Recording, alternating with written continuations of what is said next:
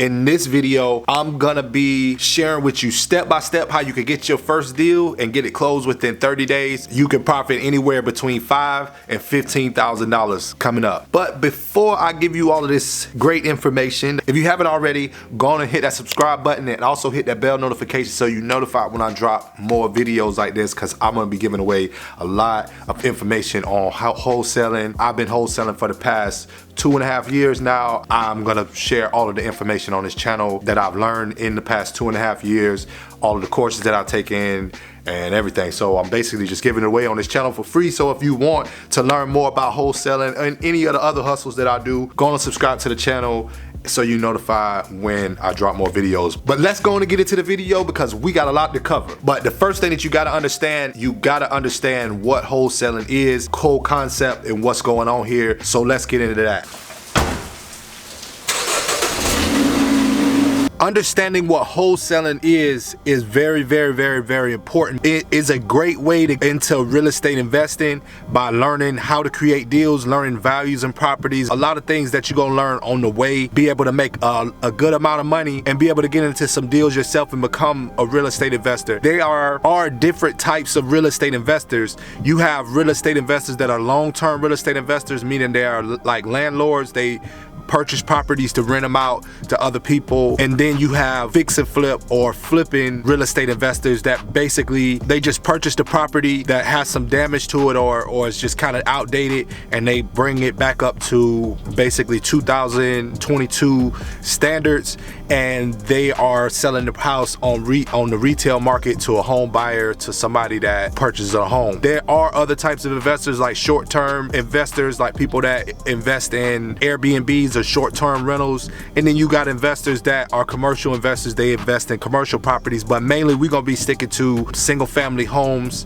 and these two main type of investors who you're gonna be basically selling to. What wholesaling is when anybody goes to purchase any kind of property, what happens is you have to fill out a contract, which is called a purchase and sales agreement. That purchase and sales agreement gives you the sole right to purchase that property within a certain amount of time and whatever terms is in the contract. We go direct to the seller and we find out if they want to sell, and then we do a purchase and sales agreement with them, giving us the sole right to purchase the property within a certain amount of time at a certain price. Now what you got to understand is that you have rights in that contract. You have right to purchase that property and they have an obligation to sell you that property. Those rights can be assigned to another buyer or to somebody else. So what you're gonna do is you gotta have to have a relationship with a seller to purchase the property, and then you're gonna have to have a relationship with a buyer to sell the property. If you wait to the end of this video, I'm gonna show you how a hack that if you don't have a buyer, how you can still sell your property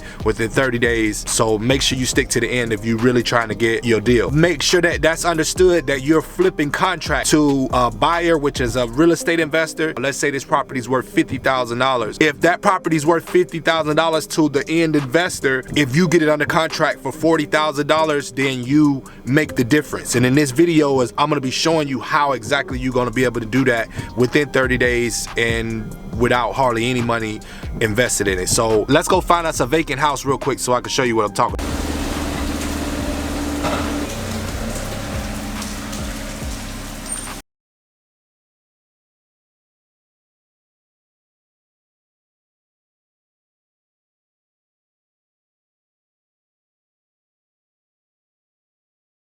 Looking for a property, you want to be looking for a vacant property, or you want to be looking for properties that got tall grass, maybe a lot of mail hanging out of the mailbox, boarded up windows, or the meter's gone. There's a lot of indication that there's nobody that's living in this property, and you'll be able to see it when you see it. That's gonna move us into our next point.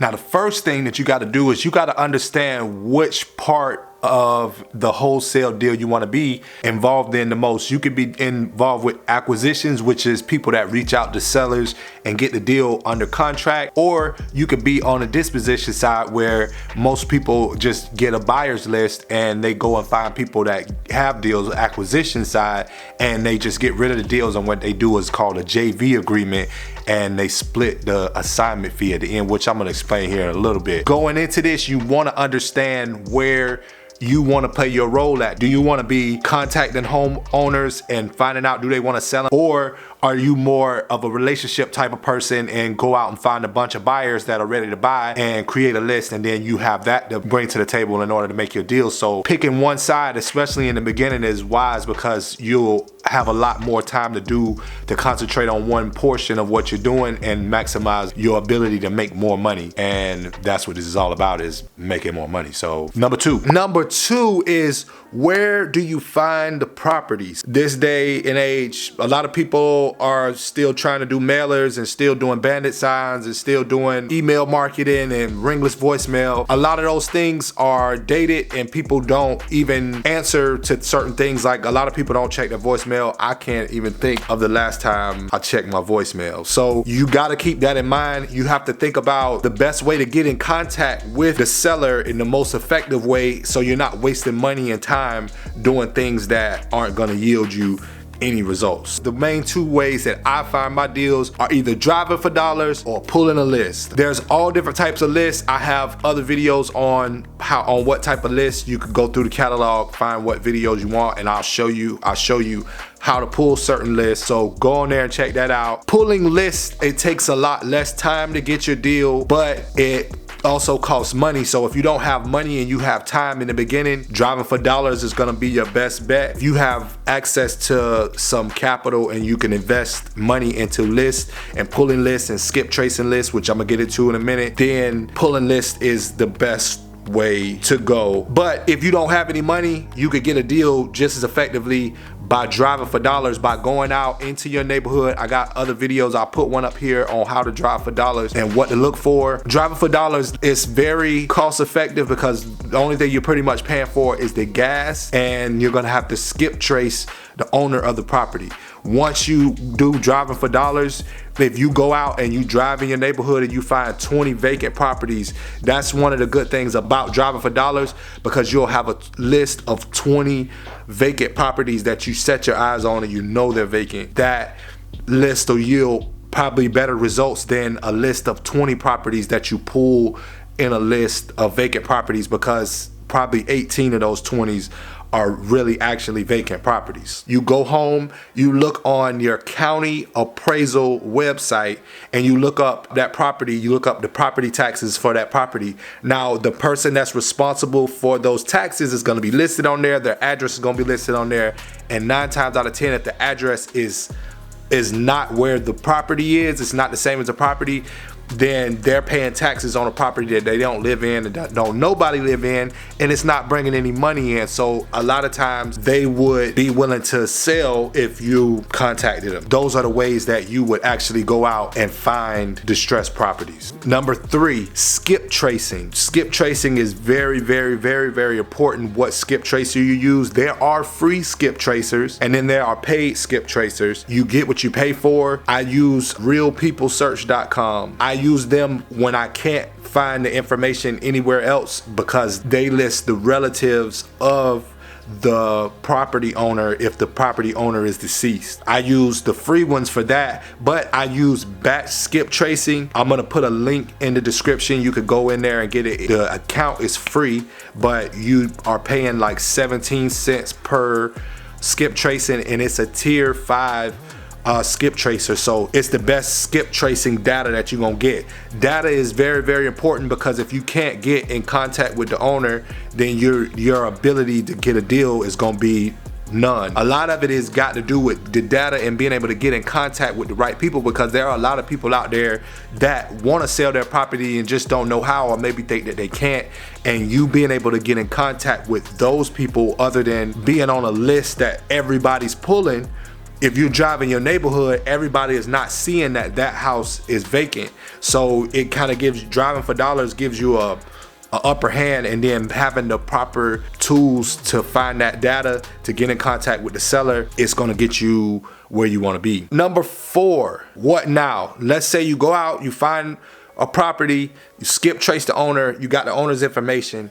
Now what do? All right, I'm gonna say this. Cold calling is probably the most effective way to take a cold lead and make it into a warm lead and turn it into a deal, because talking to people, you get a lot more effect. But you gotta be good at cold calling in order for it to be effective on the cold call. Now the warm call is a little bit more comfortable, but if you're just jumping into wholesaling and you're trying to get in and you're trying to just start cold calling and you haven't been a cold caller before, you're gonna be less effective than if you were to SMS text blast. SMS text blast is meant only to get in contact with the owner and find out the people that want to sell, and then once you find out who wants to sell, then you get them on the phone as fast as possible. But now you're talking to a warm lead. This is how a lot of wholesalers will mess up trying to cold call, because some people really do want to sell, but just after years and years of getting lowballed and just not wanting to deal with the headache of all of the people lowballing them and saying they're going to get the deal and they don't get it, and all these deals falling through, people are just don't want to bother with it. So sometimes when you're text blasting,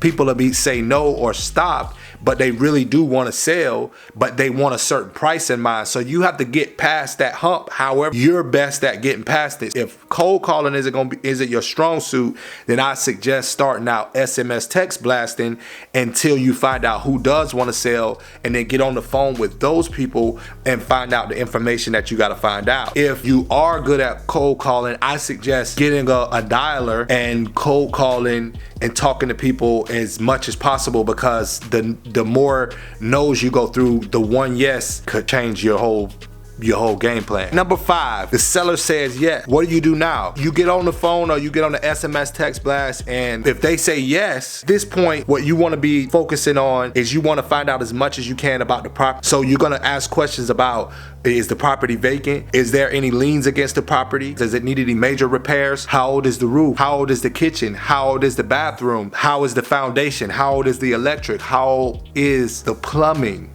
Like, you have to ask all of these questions so that you know the condition of the property and what needs to be done, because at this point it's just about finding out from that seller what's going on with the property and how much they probably gonna want for the property. Once you find out all that information while you on the phone with them, you can go on Zillow, you can go on Redfin, you can look up the recent sales in the area to see what properties are selling for near that house, because you're just trying to get it close enough to where you could try to create a deal out of it. While you asking all of these questions and you finding out what it's worth, try to always get a number out of the seller to find out how realistic they are, and maybe they might want less than what you even are calculating in your mind. I got another video I'm gonna put up here about comps. Check that video out on how to find the value in the property. After you find out the value in the property, 60 to 70% of that is where you actually want to be at, but you could also go online and find other properties in the area that sold that were in the same condition, and you can find out exactly what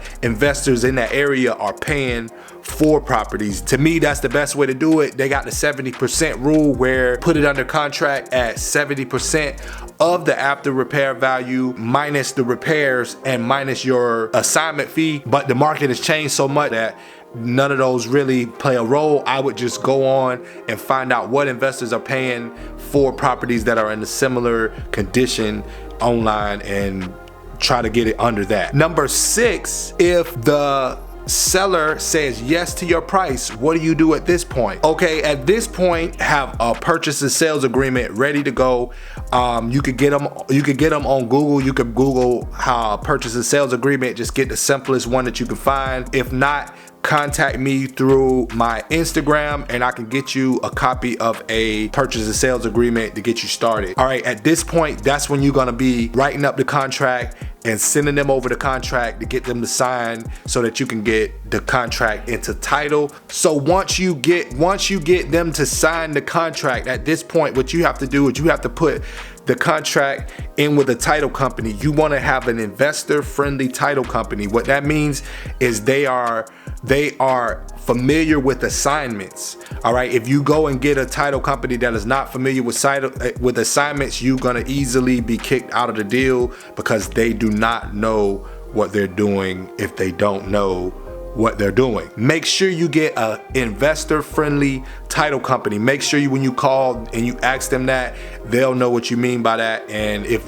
you gotta be more straightforward, ask them, are they familiar with assignments? Do they deal with wholesalers? Once you get the contract into title and it's in with title, they're gonna do a title search, and in that time frame, that's when you are supposed to go find your buyer. You assign your rights in that contract over to that buyer for the price that you and the new buyer agreed to. Let's say the house we just went and seen was worth $50,000 to the end investor, but you got it under contract for $40,000, and then you assign it over to for $50,000. So that $10,000 spread is your assignment fee through the title company at the end. So when they close the property, they're gonna take his $50,000 and they're gonna pay the seller their $40,000, and then they're gonna pay you your $10,000. That's how an assignment works. This is how you're gonna finally close this deal, because now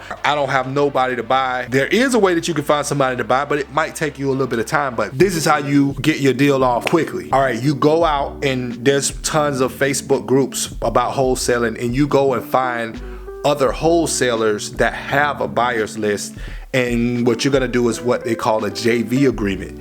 All right, a JV agreement is a joint venture agreement that you and the other wholesaler are in agreement to sell this property. You brought the deal, they brought the buyer, and then once they get to bring the buyer to your deal and the buyer wants to buy your deal, then you two split the assignment fee. That's what the joint venture agreement is. People split their assignment fees in different ways. Some people split 50-50, some people do 60-40, 70-30. Whatever you and that person work out, that's between you and that person. I can't tell you where you should be. More than anything, what you learn is that the process is real, and that the process can happen, and that you can continue to do that process over and over and over again until you have your own buyers list, and then you can flip your own properties over to your own buyers list. If you do get to this point and you don't have any other wholesalers that you could go to, you can also get in contact with me through my email or through my Instagram and shoot me your deal. I have a buyers list that I do 50-50 splits. So I hope this content was helpful. I see a lot of videos out there of people telling how to wholesale deals, but there was a few things that I wish that I had when I first started, and I tried to cover those things in this video, and I hope it was effective, and I hope it got across to you, and I hope it helped somebody make $15,000 this month. You know, my first deal was $5,000, but I've made up to $40,000 on a deal. It's a great skill to have.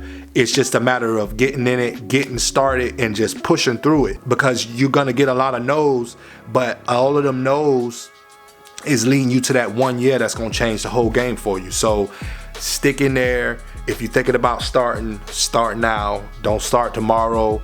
Don't start. Go out, drive, put your eyes on some properties, write those properties down, and start contacting some of the owners. Start contacting some of the owners and just finding out if they want to sell it. That's all you trying to do, is find out, do you want to sell your property? If they don't want to sell your property, no sweat, move on to the next one.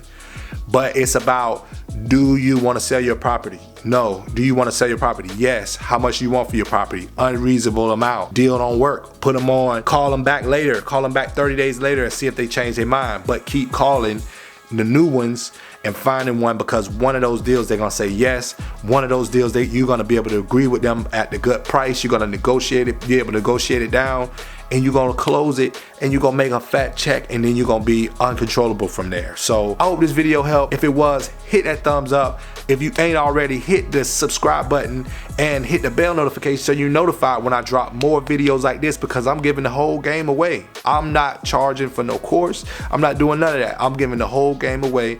So subscribe to the channel and get some of this game for free. But until next time, peace.